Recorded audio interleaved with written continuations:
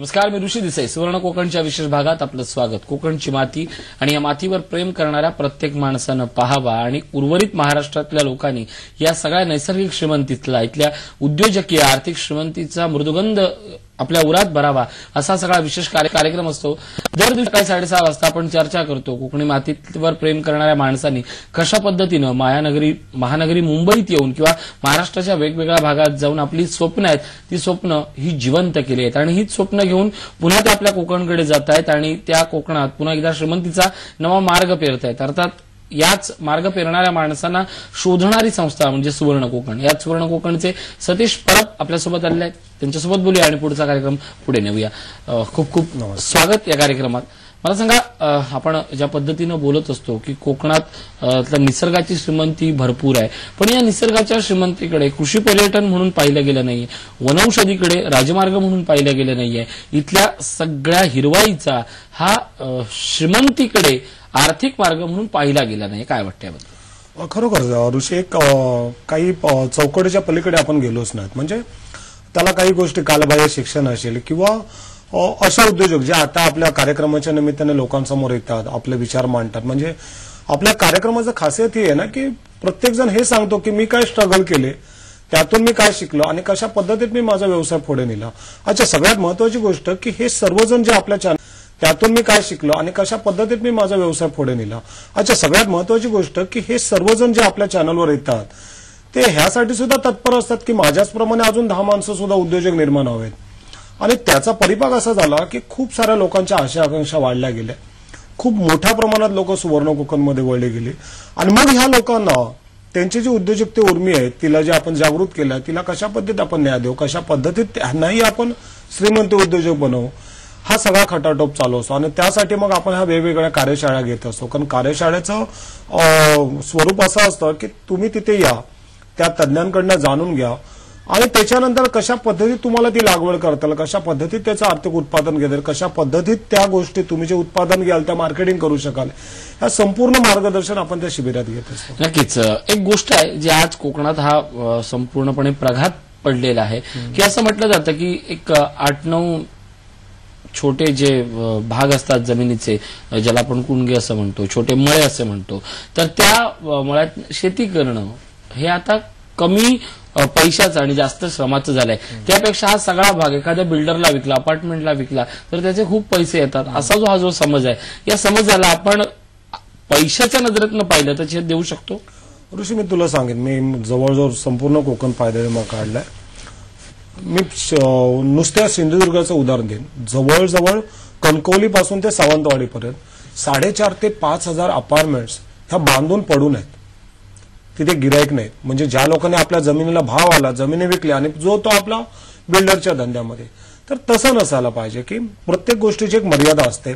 उरला प्रश्न मग उत्पन्नाचा भाग काय, की आपण जर भात शेती सोडून जर इतर असे बहुतेक उद्योग आहेत जे आपण शेतामध्ये उत्पादनं घेऊ शकतो. की मी मागे जसं बोललो की आता आपण 15 ऑगस्टला 16 ऑगस्टला जी कार्यशाळा कोकणात घेतोय की त्याच्यात आपण अशी लोक आणले की 3-4 हजार एकरी जे उत्पन्न देते भात शेती, त्याच्या व्यतिरिक्त तुम्ही 5 ते 6 लाख कमीत कमी उत्पादन कसं घेऊ शकाल, आणि तेही निव्वळ 6 महिन्यामध्ये.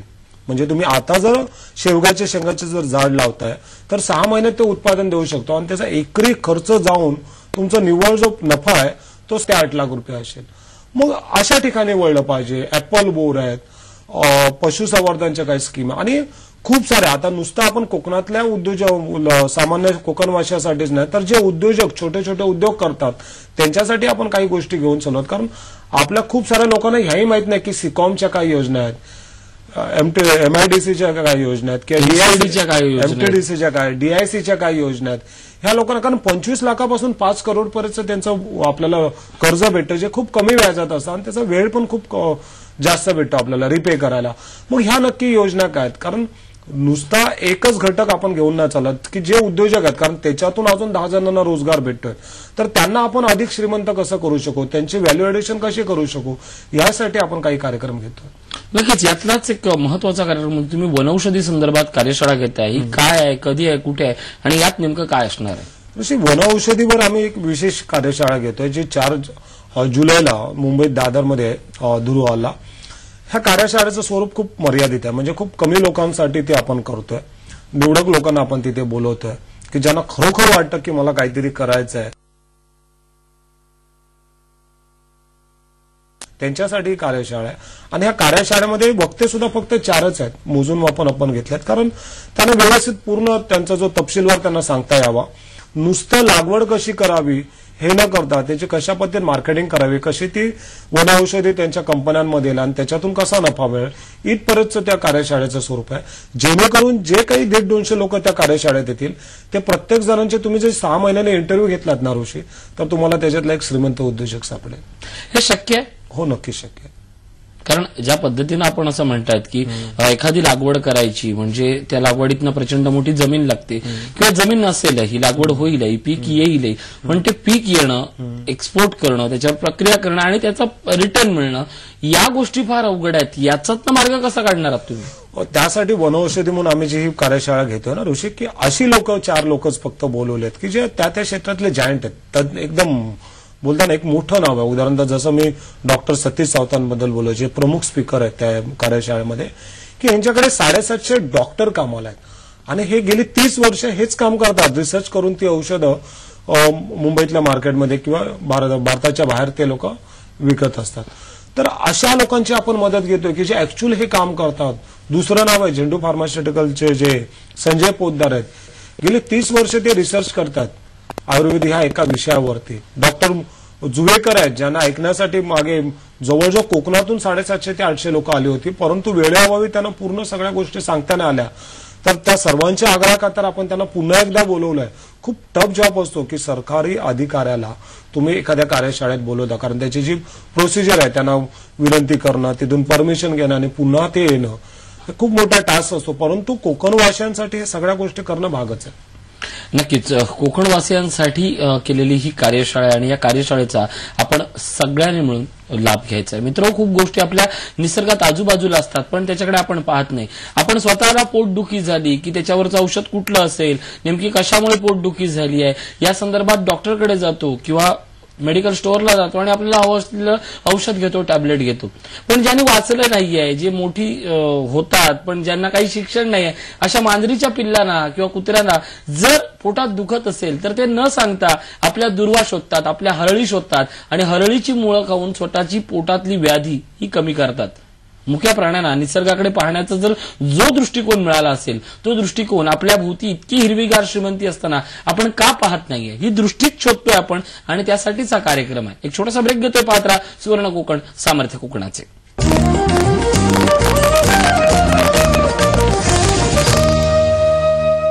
ब्रेकनंतर स्वागत. आपण बोलतोय सतीश परब यांच्यासोबत.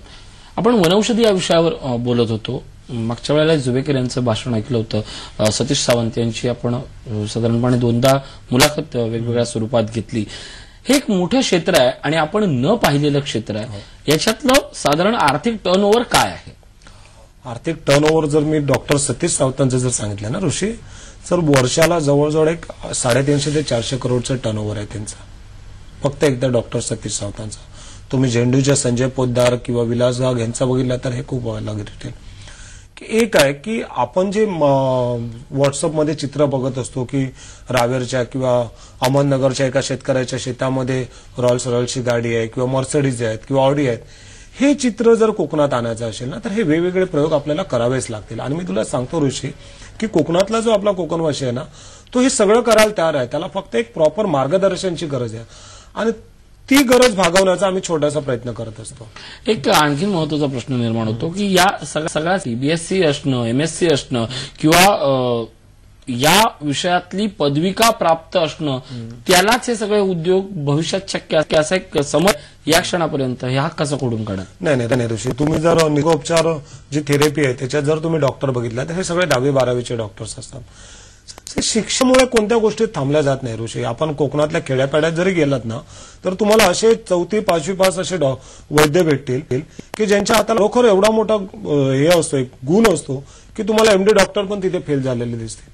पण ह्या सगळ्या गोष्टीला जर व्यावसायिक टच द्यायचा असेल ना, तर ह्या कार्यशाळा खूप महत्वाच्या आहेत. नक्कीच मित्र, हीच गोष्ट महत्वाची आहे, कारण इथं आपण डॉक्टर निर्माण करत नाही आहोत, इथं आपण वैद्य निर्माण करत नाही आहोत, तर इथं लागणाऱ्या औषधांसाठी आपण ही सगळी फॅक्टरी निर्माण करतोय. फॅक्टरी इन द सेन्स हे सगळे बायो प्रोडक्ट आहेत ते आपण जमिनीतून उगवतोय, आणि अशा ज्या मल्टीनॅशनल कंपन्या आहेत त्यांना साठा हवाय तो साठा पुरवण्याचं काम करतोय. हे साठा पुरवत असताना तुमचं शिक्षण आड येत नाहीये, तुमची जमीन आड येत नाहीये, तुमची आर्थिक श्रीमंती आड येत नाहीये, तुमची विद्वत्ता आड येत नाहीये, तुमची फक्त मेहनत आड येते. ही जर मेहनत आड येणारी असेल आणि तुम्ही त्याला जर समर्पक उत्तर देणार असाल कष्टाने, तर तुम्ही आर्थिक श्रीमंतीकडे जाऊ शकता. परत मला सांगा की अशा प्रकारचे वनौषधी लागवड असेल किंवा आपण निसर्गोपचाराच्यासाठी लागणाऱ्या वनौषधी असतील, या लागवडीला आर्थिक स्तरावर, महामंडळ स्तरावर, शासकीय स्तरावरही अनुदान येतं आणि त्या अनुदानाचा आपण वापर करत नाही. ही एक दुर्दैवाची गोष्ट आहे ऋषी, की कोकणामध्ये म्हणजे ह्या सेक्टरमधले नाही कोणत्याही त्रास आपण सरकारी योजनांचा लाभ घ्यायला खूप कमी पडतो. आणि त्याच्यासाठी एक मोठा विषय आहे ऋषी, मी खूप दिवस हा विषय म्हणायचा म्हणतो की काय होत आहे की आपले जे कोकणातले जी मुलं आहेत ते कृषी विभागाच्या त्या अभ्यासक्रमाकडे वळत नाहीत. तुम्ही जर कोकणातला तलाठी बघितलात, तहसीलदार बघितलात, ग्रामसेवक बघितलात, भूसंवर्धन अधिकारी बघितलात, जलसंवर्धन अधिकारी बघितलात, हे सगळे शासकीय अधिकारी हे कोकणातल्या सोडून बाहेरचे असतात. किती मोठा फरक आहे. तुम्ही जर सरकारी योजना का लाभ घेत नाही त्याचं हे सगळ्यात महत्वाचं कारण की ह्यांची सगळ्यांची आस्था आपल्या घराकडे आणि ते असणं स्वाभाविक आहे. आणि त्यामुळे काय होतं, हे मंगळवार, बुधवार, गुरुवार 3 दिवस फक्त कोकणामध्ये असतात आणि शनिवार व्हायच्या अगोदर ते शुक्रवारी रात्रीच ते आपल्या घराकडे जायला निघतात. आता ह्या 3 दिवसात ह्यांच्याकडे जर एखादा प्रगत शेतकरी गेला किंवा कोणती तरी योजना मागायला गेला तर हे टाळाटाळ करतात, त्याची बोलवण करतात. आणि मग ह्या एकाच कारणामुळे ना ह्या गोष्टी आमच्या कोकणातल्या लोकांकडे पोहोचत नाही. तर ह्यावर खूप मोठे काम आपल्याला करावं लागणार आहे ऋषी. मित्रांनो, सरकार दरबारी, शासकीय दरबारी असणारी लाल फीत ही तर समस्या राजकारण्यांची झाली, तुमची आपली असूच शकत नाही. कारण आपल्याला ही लाल फीत कापायची आहे आणि नव्या प्रगतीकडे जाणारं एक नवं उद्घाटन करायचं. अर्थात हे जर उद्घाटन करायचं असेल तर स्वतःची पुन्हा एकदा बौद्धिक क्षमता आपण तपासून घेतली पाहिजे, तरच खऱ्या अर्थानं ज्ञानाची कवाडं ही उघडी होतील. याच विषयावर बोलतोय, एक छोटासा ब्रेक घेतोय. पात्र सुवर्ण कोकण, सामर्थ्य कोकणाचे.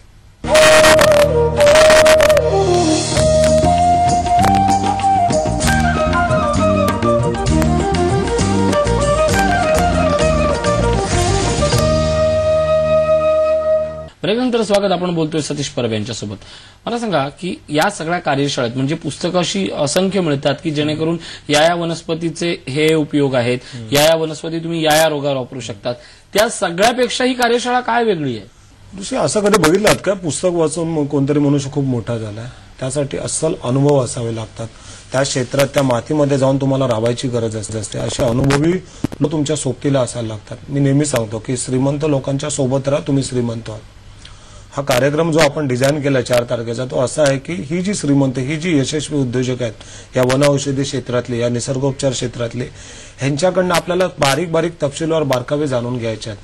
त्या गोष्टीची अंमलबजावणी करायची, त्यातून आलेलं उत्पादन पुन्हा ह्यांच्याकडे द्यायचं आहे आणि त्यातून आपली श्रीमंती वाढवून घ्यायची.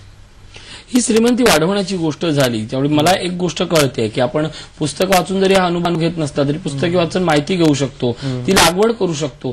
पण सगळ्यात महत्वाचा हा मुद्दा आहे की कुठल्या कंपनीला आणि काय विकावं याचं मार्गदर्शन या सगळ्या कार्यशाळेत कसं मिळणार आहे. मी तेच सांगतोय की हे जे डॉक्टर सतीश सावंत आहेत किंवा झेंडू फार्मरचे जे संजय पोद्दार आहे, हे सांगू शकणार आहेत त्या कार्यशाळेत की तुम्हाला कोणतं उत्पादन आणि त्याचे आमच्या कंपनीकडे त्याची डिमांड काय असेल, तुम्ही कोणत्या स्वरूपात ते आम्हाला द्यायचे, त्यांचे कोणते गुणधर्म तुम्हाला पाळले पाहिजेत, त्याच्या ज्या कॅटेगरीज असतात त्या कशा पद्धतीने तुम्हाला हाताळल्या पाहिजेत, ह्या सगळ्या गोष्टीचं शास्त्रोक्त प्रशिक्षण आपण आणि त्याच्याकरता आपण 4 तासासाठी फक्त निवड मोजून 4 स्पीकर घेतलेत की जेणेकरून त्यांना व्यवस्थित तपशीलवार माहिती देता आली पाहिजे.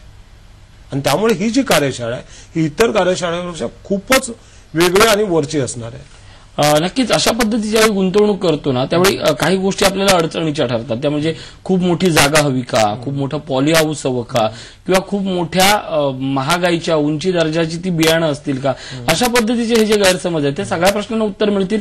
हो नक्कीच, सर्वच्या सर्व प्रश्नांना उत्तर भेटेल. आणि हे प्रश्न जोपर्यंत तुम्ही येत नाही त्या प्रवाहात तोपर्यंत तुमच्या मनात असंख्य प्रश्न असतात ज्याची काही गरजही नसते, पण तरी सुद्धा ते कारण आपण फक्त प्रश्नाभोवती बघत असतो. त्या जर प्रश्नाचे जर उत्तर हवे असतील तर तुम्हाला हे कार्यशाळेला यावंच लागेल. ही जी या संदर्भातली ही जी कार्यशाळा आहे, ही कार्यशाळा जर अटेंड करायची असेल तर नेमकं काय काय असायला पाहिजे? खूप मोठी जमीन, खूप मोठा पैसा की विद्वत्ता काय असावा आणि कोणी संपर्क करावा? कोणी ज्याला वाटतं की मला या क्षेत्रात खूप मोठं काम करायचं, खूप मोठा पैसा कमवायचा आणि कमी श्रमात अल्पशा गुंतवणुकीत मला माझी श्रीमंती वाढवायची, ह्या कोणत्या म्हणजे नुसतं कोकणापुरता मी म्हणत नाही, कोकणातले बाहेरचे जे आपले संपूर्ण महाराष्ट्राभरातले प्रेक्षक आहेत त्यापैकी कोणीही ऑफिस जे काही फोन नंबर आपल्या स्क्रीनवर देतात तिथे त्यांनी फोन करावा, आपले सीट बुक करावे. त्याचं कारण असं ना ऋषी, खूप जास्तीत जास्त लोकांना यायचं असतं पण आपल्याला एकदम मोठ्या संख्येने हे घेता येत नाही, खूप कमी आपल्याला संख्या मर्यादित ठेवता येते आणि त्यामुळे जास्तीत जास्त तुम्ही जेवढे लवकर याल तेवढे लवकर तुम्हाला त्या संधीचा लाभ भेटेल. असं म्हटलं जातं नेहमीच की एखाद्या गोष्टीची जर सुरुवात करायची तर त्याचा पाया हा भक्कम असला तर तुमची सुरुवातही दमदार होते. वनौषधी किंवा कुठल्याही पद्धतीचा उद्योग जर आपण करायचा म्हटला तर कमीत कमी त्यातलं जुजबी ज्ञान हे आवश्यक असतं. आणि जर समजा जुजबी ज्ञानाऐवजी तुमच्या समोर जर माहितगार असणारे मार्गदर्शक गुरु मिळाले तर त्याची बहार असते, त्या उद्योगाची आर्थिक श्रीमंती ही आणखीन वाढत जाते. आणखीन एक महत्वाचा प्रश्न घेऊन मी परब यांच्याकडे जातोय. परब, मला सांगा की सुवर्ण कोकण हे नाव आहे हे फक्त या कार्यशाळेच्या निमित्तानं, वनौषधीच्या निमित्तानं फक्त कोकणापुरतच मर्यादित आहे का, की अन्य भागातल्या विदर्भ भागातल्या लोकांनी त्याचा आनंद घेऊ शकतात? नक्कीच ऋषी, नाव जरी सुवर्ण कोकण असलं तरी आपण हा जो कार्यक्रम करतो तो संपूर्ण मला वाटतं महाराष्ट्राच्या सीमा आपण कधीच क्रॉस केल्यात. कारण तुम्ही जर 5 जूनच्या कार्यशाळेला बघितलं तर सिंगापूरवरनं किंवा युके मधनं काही लोक त्या एका दिवसाच्या कार्यशाळेसाठी आले होते. म्हणजे विचार करा की बाहेरच्या लोकांना त्याचं किती महत्व आहे. आपण ज्या कार्यशाळा करतो त्यात जे आपण नॉलेज लोकांना देतो किंवा जे काही मार्गदर्शन करतो त्याची किंमत खूप मोठी आहे, अमूल्य आहे ते. कारण ही लोक त्या कार्यशाळेत काहीतरी यायचं आणि स्पीच द्यायचं आणि जायचं असं नाही, तर ही जी लोक आपण तज्ज्ञ आणतो ना त्यांना काहीतरी एक आतमधून एक हे असतं की नाही, मला माझ्या कोकणासाठी, मला माझ्या महाराष्ट्रातल्या लोकांसाठी, मला माझ्या भावंडांसाठी काही ना काही चांगलं द्यायचं आहे. त्यामुळे हे बंधन नाही, एक तुम्ही क्षेत्र एक मर्यादित करू शकत नाही नुसतं कोकण म्हणून. जगभरातल्या कोणत्याही लोक ज्यांना श्रीमंत माणसं आहेत ते या कार्यशाळेत भाग घेऊ शकतात. नक्कीच मित्र, खूप जणांच्या मुंबईकर मित्रांच्या अनेक प्रश्न असतात, समस्या असतात की मला मुंबईत राहून गावाकडे 1-2 दिवसात जाऊन पैसा कमवता येण्यासारखा कुठला उद्योग आहे. या प्रश्नाचं सकारात्मक आर्थिक श्रीमंतीकडे नेणारं उत्तर जर असेल तर म्हणजे ही कार्यशाळा. मित्र, यात कसं सहभागी व्हायचं असेल हा प्रश्न असेल तर स्क्रीनवर कार्यालयाचे नंबर आहेत, व्हॉट्सअप नंबर आहेत, त्या ठिकाणी कॉन्टॅक्ट करा, तुमच्या प्रश्नांची उत्तरं घ्या आणि आवर्जून या कार्यशाळेला सहभागी व्हा. बरं, या ठिकाणी तुम्ही आज आलात, खूप सुंदर मार्गदर्शन केलं, आभार.